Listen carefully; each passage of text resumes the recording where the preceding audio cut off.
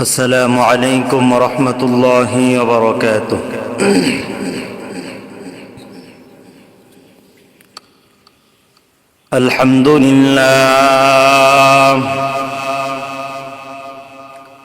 الحمد لله نحمده ونستعينه ونستغفره ونعوذ بالله من شرور أنفسنا ومن سيئات أعمالنا من يهد الله فلا مضل له ومن يضلله فلا هادي له ونشهد أن لا إله إلا الله وحده لا شريك له ونشهد أن سيدنا وسندنا وحبيبنا وحبيب ربنا وطبيبنا وطبيب قلوبنا ومولانا محمدا عبده ورسوله الذي أرسله الله تعالى بالحق بشيرا ونذيرا وداعيا إلى الله بإذنه وسراجا وقمرا منيرا أما بعد فأعوذ بالله من الشيطان الرجيم بسم الله الرحمن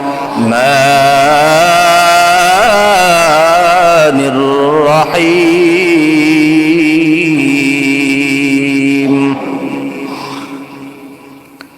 إنما المؤمنون الذين إذا ذكر الله وجلت قلوبهم وإذا تليت عليهم آياته زادتهم إيمانا وعلى ربهم يتوكلون.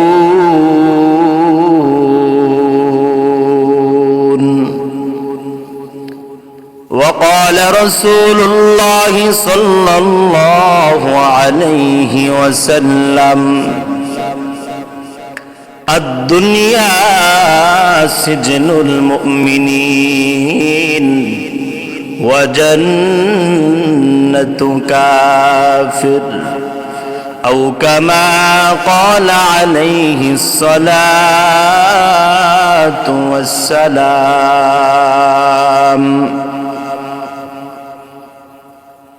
الحمد لمن قدر خيرا وخبالا الحمد لمن قدر خيرا وخبالا والشكر لمن صور حسنا وجمالا والشكر لمن صور حسنا وجمالا. فرد صمد عن صفة الخلق بريئون فرد صمد عن صفة الخلق بريئون رب أزلي خلق الخلق كمالا রব্বুন আযালিয়ুন খালাকাল খালকা কামালা লা দিদ্দা ওয়ালা নিদ্দা ওয়ালা হাদ্দা লিমাওলা লা দিদ্দা ওয়ালা নিদ্দা ওয়ালা হাদ্দা লিমাওলা الآن كما كان ولم يلق زوالا الآن كما كان ولم يلق زوالا الحمد لله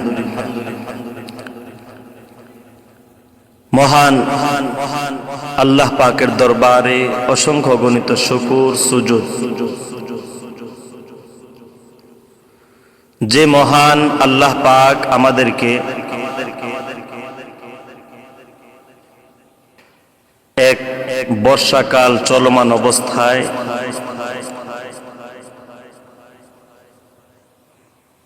ধারাবাহিকভাবে অনবরত বৃষ্টি চলতেছে, এমন অবস্থায়ও আল্লাহ রব্বুল আলামিন আজকে জুমার দিন, জুমার সময়টার মধ্যে আবহাওয়াকে ভালো রেখে আমাদেরকে জুমার দিন মসজিদে আসার, বসার, কিছু কথা বলার, আমলের নিয়তে শোনার সুযোগ করে দিয়েছেন, তৌফিক দান করেছেন।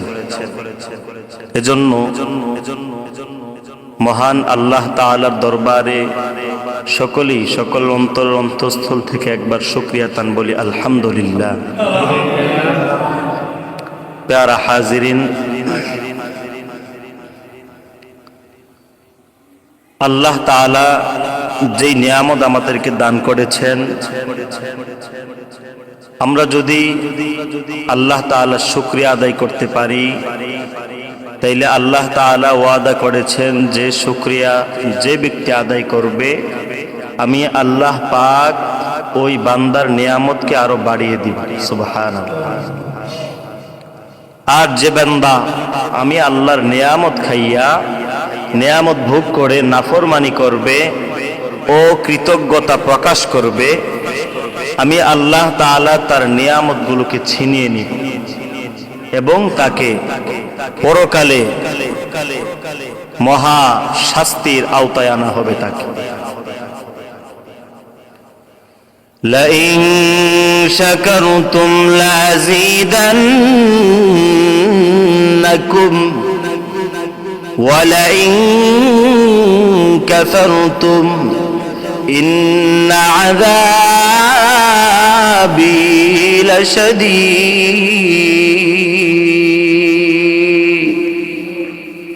লাইন শাকারতুম লাযীদান্নাকুম, ইন শাকারতুম যদি তোমরা শুকরিয়া আদায় করো, লাযীদান্নাকুম আমি অবশ্যই তোমাদেরকে ওই নিয়ামত, ওই রিজিক আমি আল্লাহ তাআলা তোমাদেরকে বাড়িয়ে দিব।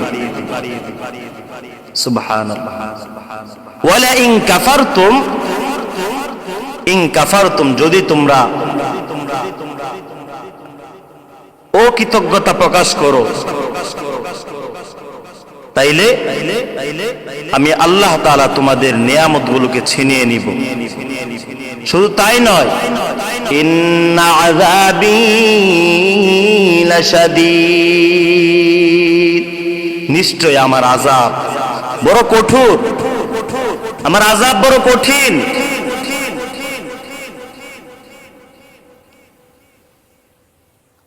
দুনিয়াতে শুধু শুনিয়ে আসছেন পরকালে আযাব হবে, আযাব হবে। প্রকৃত মুমিন সে শুধু শুনেই না, সে কথাগুলো ভাবে। এই কথাগুলো বিশ্বাস করা, মানার নামই হলো ঈমান। যে ব্যক্তি অন্তরে, কাজে, কর্মে, নিজের জীবনে বিশ্বাস করতে পেরেছেন, সেই হলো মুমিন, ঈমানদার। আর যে বিশ্বাস করতে পারে নাই, শুধু শুনছে, মনে করছে দুনিয়াটা যেমনি ভাবে, যেভাবেই হোক, কষ্ট হোক, দুঃখে হোক চলে যাবে, ঠিক তেমনি মনে হয় হাসরটাও, আখিরাতটাও মনে হয় চলে যাবে। না, এই দুনিয়া শুরু আছে, শেষ আছে। এক একটা বর্তমান মানুষের সময়, বেশিরভাগই মানুষ সর্বোচ্চ 60 বছর, 40 বছর, 50 বছর হায়াত পায়। এই 50 বছরই আমার জন্য দুনিয়া। কিন্তু আখিরাত, এই দুইটা চক্ষু যখন বন্ধ হয়ে যাবে তখন থেকে যে শুরু হবে, এই আখিরাতের আর কখনো শেষ হবে না। মুআজ্জাজ মুহতারাম, কুল্লু নাফসিন যায়িকাতুল মাউত। প্রত্যেকটা মুমিন মুসলমান, প্রত্যেকটা প্রাণীকেই মৃত্যুবরণ করতেই হবে। সে চাইলেও করতে হবে, না চাইলেও তার দুনিয়া ছাড়তে হবে, তার মৃত্যুবরণ করতে হবে। তবে আল্লাহ পাক বলতেছেন, ইয়া আইয়ুহাল্লাযীনা আমানুত্তাকুল্লাহ, ইয়া আইয়ুহাল্লাযীনা আমানুত্তাকুল্লাহা হাক্কা তুকাতিহি ওয়া লা তামুতুন্না ইল্লা ওয়া আনতুম মুসলিমুন। ইয়া আইয়ুহাল্লাযীনা আমানু, হে ঈমানদারের দল, হে ঈমানদারগণ, আমানু ইত্তাকুল্লাহা হাক্কা তুকাতিহি, তোমরা আল্লাহ তাআলাকে পরিপূর্ণ রূপে ভয় করো। ভয় করার মতন ভয় করো, যেই ভয় তোমাকে নামাজে নিয়ে আসবে, যেই ভয় তোমাকে গুনাহ থেকে বাঁচিয়ে রাখবে, যেই গুনাহ তোমাকে আল্লাহর নাফরমানি থেকে তোমাকে বিরত রাখবে, এমন ভয় করো।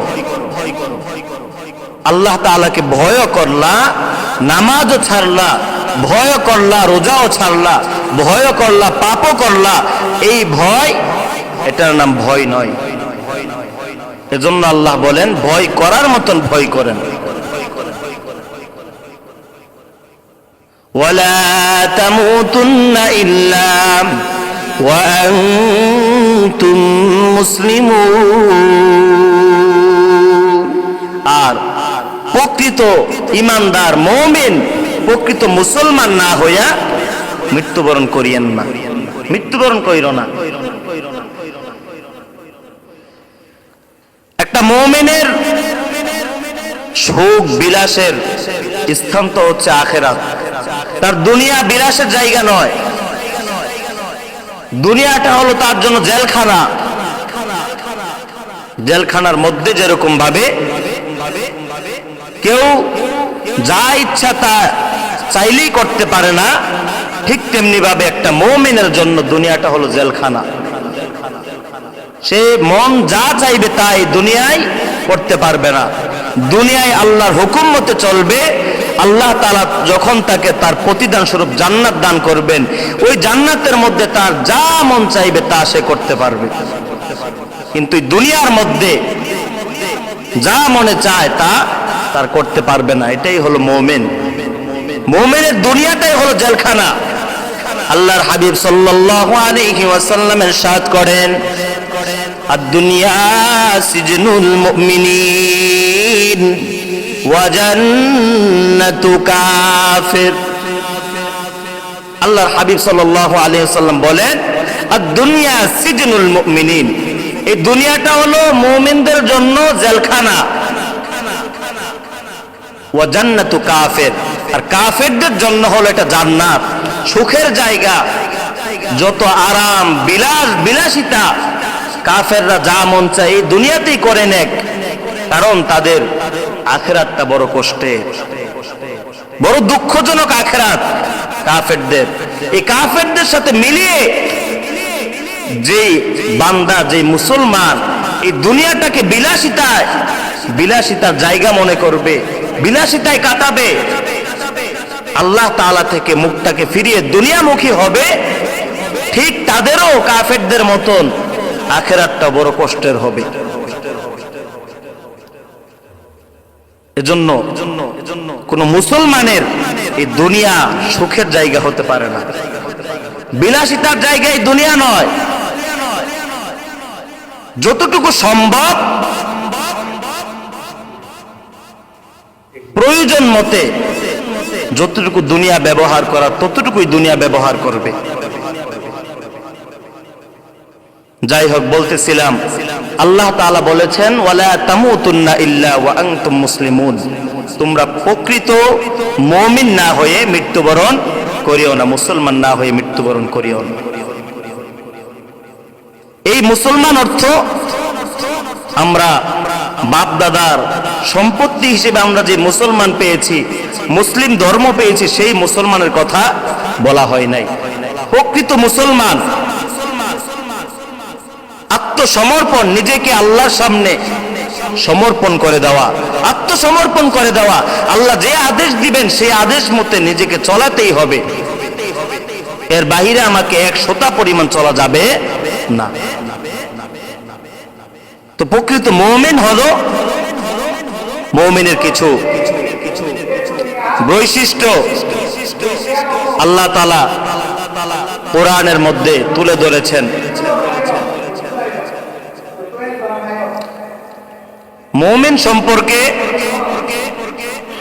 আল্লাহ রাব্বুল আলামিন কোরআনুল কারীমে সূরা নাজিল করেছেন, সূরাতুল মুমিনুন নামে। সূরা মুমিনুন এরকম একটি সূরাই আল্লাহ তাআলা কোরআনের মধ্যে নাজিল করেছেন। মুমিন কারা? قد أفلح المؤمنون, আল্লাহ তাআলা শুরুতে বলে দিয়েছেন মুমিনরা হলো সফল কাম, মুমিনরা সফল কাম। এই দুনিয়াতে যারা মুমিন তারাই হলো সফল কাম। এখন মুমিন কারা, তাদের কিছু বৈশিষ্ট্য আল্লাহ তাআলা বলতেছেন। قد أفلح المؤمنون الذين هم في صلاتهم خاشعون, আল্লাহ তাআলা বলেন الذين هم في صلاتهم خاشعون, যারা তাদের নামাজের মধ্যে খুশু খুজুদার হবে, বিনয়ী হবে। অর্থাৎ 1 নাম্বার যে মুমিনের বৈশিষ্ট্য সেটাই আল্লাহ তাআলা বলতেছেন, সে নামাজি হবে। যদি নামাজ না পড়ে সে মুমিন দাবি করে, প্রকৃত মুমিন সে নয়। আল্লাহ তাআলা প্রথম সিফত, প্রথম গুণটাই বলতেছেন সে নামাজি হবে। মুমিন যে ব্যক্তি সে নামাজ ছাড়তে পারে না, শুধু নামাজি নয়, একজন খুশু খুজুওয়ালা নামাজি হবে, বিনয় নামাজি হবে। আল্লাহর সামনে যখন দাঁড়াবে সে দুনিয়া কি জিনিস, এই দুনিয়ার কোনো ভাবনা তার মধ্যে আসবে না। এটাই হলো মুমিনের নামাজ। আর আমরা নামাজ পড়ি, নামাজের মধ্যে দাঁড়াইলে দুনিয়ার যত চিন্তা আছে সকল চিন্তা আমাদের মাথায় বর করে। এক ইমাম সাহেব মসজিদের মধ্যে চিন্তা করলেন যে আজকে আমি পরীক্ষা নিব যে আমাদের মুসল্লিদের মধ্যে মনোযোগীওয়ালা কোন নামাজি আছে কিনা। ইমাম সাহেব পরীক্ষা নিলেন, নিজে ইচ্ছায় তিনি 3 রাকাত নামাজ পড়ে সালাম ফিরিয়ে নিলেন। সালামের পর জিজ্ঞাসা করতেছেন, আপনারা কি আমার নামাজে কোনো ভুল টুল ধরতে পারছেন? তখন সবাই না বলল, একজন শুধু বলল যে হুজুর আপনি তো 3 রাকাত পড়ছেন। হুজুর অনেক খুশি হইলেন, যাক মাশাআল্লাহ আমার নামাজিদের মধ্যে একজন পাইলাম যে নামাজিদের মধ্যে অনেক মনোযোগী। পরে জিজ্ঞাসা করলো, আপনি কিভাবে বুঝলেন যে আমি 3 রাকাত নামাজ পড়ছি? ওই মুসল্লি উত্তর দিতেছেন যে হুজুর আমার তো 4টা দোকান আছে, 4টা ব্যবসা প্রতিষ্ঠান আছে। আপনি যখন নামাজে দাঁড়ান আমি এক এক রাকাতে এক একটা দোকানের হিসাব করি। যখন আপনি 3 রাকাত পড়ায়া নামাজের সালাম ফিরিয়ে নিছেন আমি বুঝলাম যে 3 রাকাত হয়েছে, কারণ আমার দোকানের হিসাব 3টা শেষ হয়েছে, আর একটার এখনো শেষ হয় নাই। তো আমরা হলে এরকম মুসল্লি, এই নামাজ দিয়ে আমরা কিছুই করতে পারবো না। নামাজে দাঁড়াইলে এই ধ্যান, দুনিয়ার কোনো ধ্যান ধারণা আমার মধ্যে থাকতে পারবে না। যুদ্ধের ময়দানে যখন সাহাবায়ে কেরামের তীর ঢুকে গেছে, বলছেন যে আমি নামাজে দাঁড়াই, তুমি আমার তীরটা টেনে খুলবা। নামাজ শেষ হয়ে যাওয়ার পর জিজ্ঞাসা করতেছে তীর কি খুলছেন? সে টেরেই পায় না এত বড় তীরটা তার পায়ের থেকে টেনে খুলছে। সাহাবায়ে কেরাম যখন নামাজে দাঁড়াইতেন, পাখিরা তাদেরকে খুঁটি মনে কইরা তাদের মাথার উপর বৈশা থাকতো। এটাই ছিল সাহাবায়ে কেরামের নামাজ।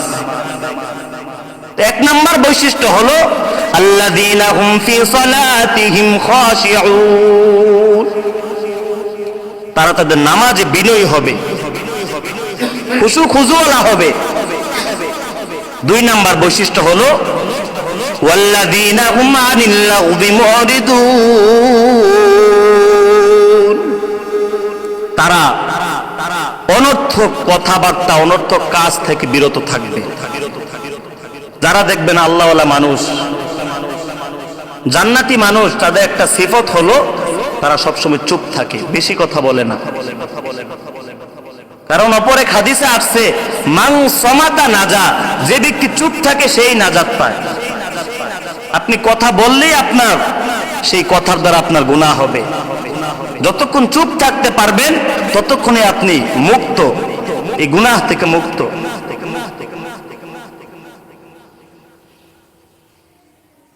আর আমাদের অবস্থা, প্রত্যেকদিন একবার আমাদেরকে বাজারে যেতেই হয়, বাজারে না গেলে আমাদের দিন কাটে না। অথচ আল্লাহর হাবিব সাল্লাল্লাহু আলাইহি ওয়াসাল্লাম বলেন এই দুনিয়ার মধ্যে সর্বোত্তম জায়গা হলো মসজিদ, আর সর্বনিকৃষ্ট জায়গা হলো বাজার। বিনা প্রয়োজনে আমরা যে গিয়ে বাজারে সময় নষ্ট করি, এটা মুমিনের সিফত নয়। আল্লাহ তাআলা বলতেছেন এটা মুমিনের সিফত নয়, বান্দা এটা মুমিনের সিফত নয়।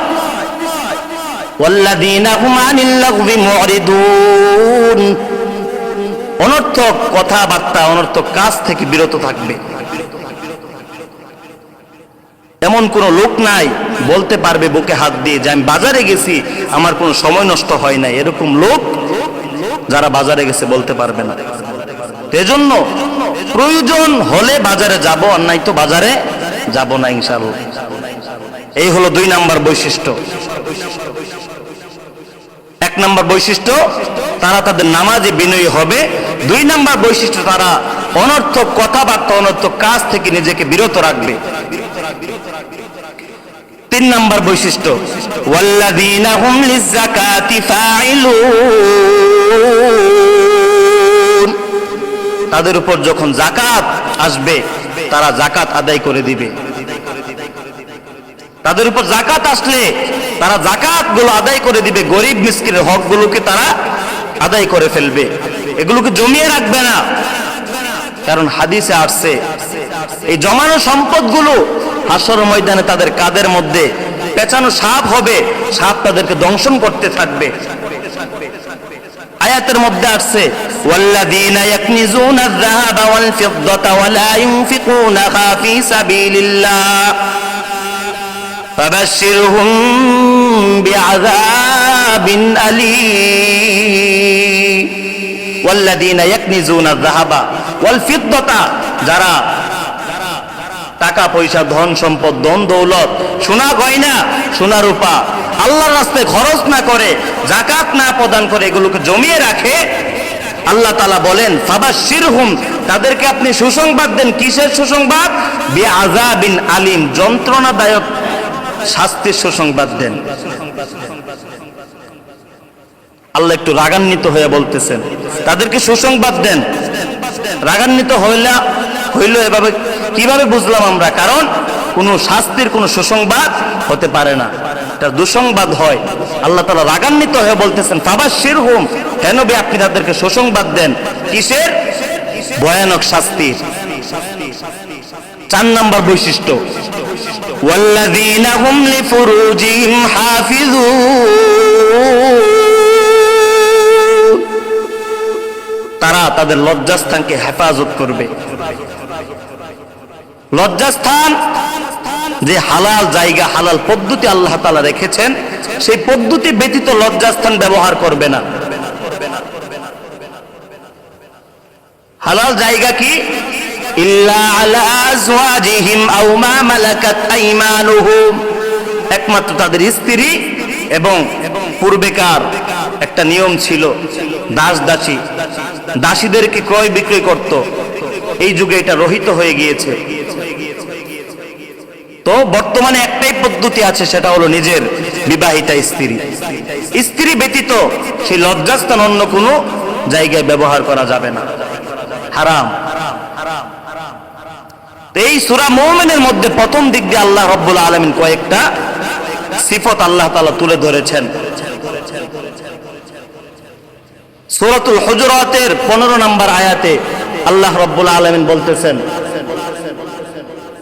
ইন্নামাল মুমিনুনা আল্লাযীনা আমানু বিল্লাহি ওয়া রাসূলিহি সুম্মা লাম ইয়ারতাবু। এক নম্বর বৈশিষ্ট্য আল্লাহ তাআলা বলতেছেন যে তারা আল্লাহ আল্লাহ রসুলের উপর পরিপূর্ণ বিশ্বাস রাখবে, কোন রকম সন্দেহ ছাড়া, কোন রকম সন্দেহ ব্যতীত তারা আল্লাহ আল্লাহ রসুলের উপর বিশ্বাস রাখবে। দুই নাম্বার আল্লাহ তাআলা পরবর্তী অংশের মধ্যে বলেন, ওয়াজাহাদু বিআমওয়ালিহিম ওয়া আনফুসিহিম ফি সাবিলিল্লাহ। তারা তাদের ধন সম্পদ শক্তি দিয়ে আল্লাহর রাস্তায় জিহাদ করবে। যখন কোন ইসলামের উপর আঘাত আসবে, নবীর কোনো অপমাননা করা হবে, অবমাননা হবে, আল্লাহর কোনো অবমাননা হবে, তখন তারা তাদের শক্তি দিয়ে, ধন দিয়ে, সম্পদ দিয়ে তারা আল্লাহর রাস্তায় জিহাদ করবে। এটা মুমিনের বৈশিষ্ট্য। আল্লাহ তাআলা বলেন, উলাইকা হুমুস সাদিকুন। তারাই হলো সত্যবাদী। আমি তাদেরকে মুমিন হিসেবে এই কোরআনে ঘোষণা করে দিলাম। সুবহানাল্লাহ। সূরাতুল আনফালের 2-3 নম্বর আয়াতে আল্লাহ তাআলা বলেন মুমিনের আরো কয়েকটা বৈশিষ্ট্য। ইন্নামাল মুমিনুনা আল্লাযীনা ইযা যুকিরাল্লাহু ওয়াজিলাত কুলুবুহুম। আল্লাহ রাব্বুল আলামিন বলেন, ইন্নামাল মুমিনুনা আল্লাযীনা ইযা যুকিরাল্লাহ। আল্লাহ তাআলা বলেন ইন্নামাল মুমিনুন, মুমিন হলো তারা, আল্লাযীনা ইযা যুকিরাল্লাহ, যাদের সামনে আল্লাহর স্মরণ যখন করা হবে, আল্লাহ তাআলার আলোচনা করা হবে, আল্লাহর কোন আলোচনা করা হবে, ওয়াজিলাত কুলুবুহুম, তাদের অন্তরগুলো কেঁপে উঠবে, প্রকম্পিত হবে। তারা এই দুনিয়ার কথা বলে যাবে যখন আল্লাহ তাআলার স্মরণ, আল্লাহর আলোচনা যখন তাদের সামনে করা হবে। বিশ্ববিখ্যাত তাবিঈ আব্দুল্লাহ ইবনে মুবারক রাহমাতুল্লাহি আলাইহি, তিনি ইন্তেকাল করার পর ওই যুগের একজন আলেম স্বপ্নে দেখলেন আব্দুল্লাহ ইবনে মুবারক রাহমাতুল্লাহি আলাইহি জান্নাতে চলাফেরা করতেছেন।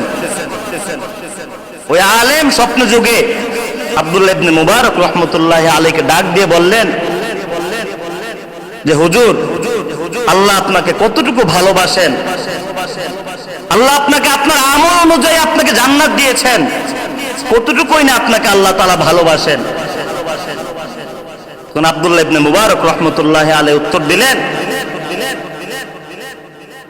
আমাকে আল্লাহ তাআলা আমল অনুযায়ী জান্নাত দেয় নাই, আমার থেকে আমার পাশের বাড়ির যে কামার, লোহার কামার আছে, কামারের জান্নাত আমার থেকে বেশি বড়। সুবহানাল্লাহ। এমন টাইমে ওই আলেমের ঘুম ভেঙে গেল, মাথা খারাপ। আব্দুল্লাহ ইবনে মুবারক রাহমাতুল্লাহি আলাইহি বিশ্ববিখ্যাত একজন তাবিঈ, ওনার জান্নাত থেকে কামারের জান্নাত অনেক বড়, এটা কিভাবে সম্ভব? তখন তিনি সাথে সাথে ঘুম থেকে উঠেই চলে গেলেন ওই কামারের বাড়িতে। কামারের বাড়িতে গিয়ে পর্দার আড়াল থেকে জিজ্ঞাসা করলেন ওনার বিবিকে, মা, আমি অমুক, তোমার থেকে কিছু তথ্য জানার ছিল। তোমার স্বামীর এমন কোন আমল আছে কি যে আমলের কারণে তোমার স্বামী অনেক জান্নাত, অনেক বড় জান্নাতওয়ালা হতে পারে? এমন কোন আমল কি আছে? ওই স্ত্রী উত্তর দিলেন, যে আমার স্বামী হচ্ছে একজন সাধারণ কামার ছিলেন, লোহার বিভিন্ন জিনিস তৈরি করতেন, তবে আমি আমার স্বামীর মধ্যে দুইটা গুণ দেখতে পেলাম, দুইটা গুণ আমি সবসময় দেখেছি। এক নাম্বার গুণ হলো আমার স্বামী কোন ইবাদত যখন করতে না পারতেন, কোরআন তেলাওয়াত করতে না পারতেন, তখন আফসোসে শুধু কান্না করতেন, শুধু কান্না করতেন। গরমের দিনে যখন দিনের বেলায় আগুনের সামনে বসা যাইতো না, লোহার কাজগুলো করা যাইতো না, তখন তিনি সেই কাজগুলো রাত্রিবেলা করতেন। ঠিক যখন তিনি লোহার কাজগুলো করতেন, তখন আব্দুল্লাহ ইবনে মুবারক রহমতুল্লাহ আলাইহি তার বিল্ডিং এ ছাদের উপর দাঁড়ায় দাঁড়ায় নামাজ পড়তেন। এই কাজের সময় যখন চোখটা উনার দিকে পড়তো, তাকায় তাকায় বলতেন, আল্লাহ তোমার কি লীলা খেলা, একজনকে ছাদের উপর বসাইলা, আরেকজনকে মাটির মধ্যে বসাইলা, একজনকে বিলাসিতা দিলা, আবার আরেকজনকে কামারিত্ব দিলা। আল্লাহ যদি তুমি আমাকে সচ্ছলতা দিতা, আমি কিন্তু বসে থাকার মানুষ ছিলাম না, আমিও আব্দুল্লাহ ইবনে মুবারকের মতো ইবাদত করতাম, পুরো রাত্র জেগে ইবাদত করতাম। এই বলে চোখের পানিগুলো টলটল টলটল করে ছাড়তো, সবসময় আফসোস করত, কেন আমি ইবাদত করতে পারলাম না। এই আফসোসটা বিবি বলতেছে আমি আমার স্বামীর মধ্যে দেখেছি। আমার স্বামী একজন মূর্খ মানুষ, আমার স্বামীর মধ্যেই অনুতপ্ত, এই আফসোসটা আমি দেখছি।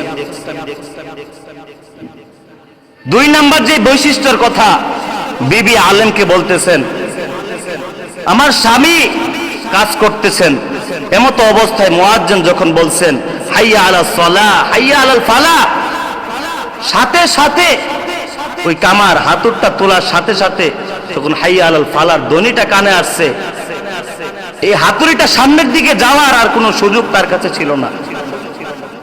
আল্লাহর ভয়ে তার অন্তরটা কাঁপতো, হাতুড়টা সামনে ফেলার শক্তি সাহস ওই কামারের ছিল না।